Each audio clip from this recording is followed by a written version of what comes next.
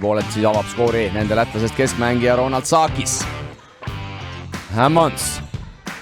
Ja taas jurkatame vastu seal, Hammonds tööle läheb ja Taavi paneb puhtalt käe peale ja... Sakis. Hammonds.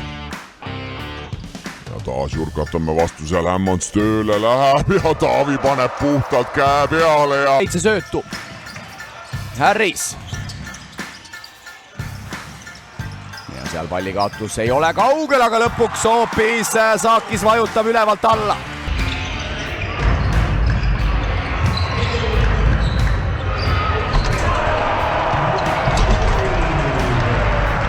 Nii ka seal kokku mängitakse ja nüüd Sooriksilt pallikaotus ja Lips hästi kiirrünnakus ja ülevalt alla, nii et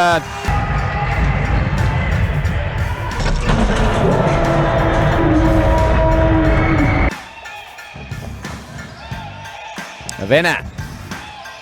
Lips, Harris, 4 sekundit, Harris otsustab võtta kaugviske ja Devi.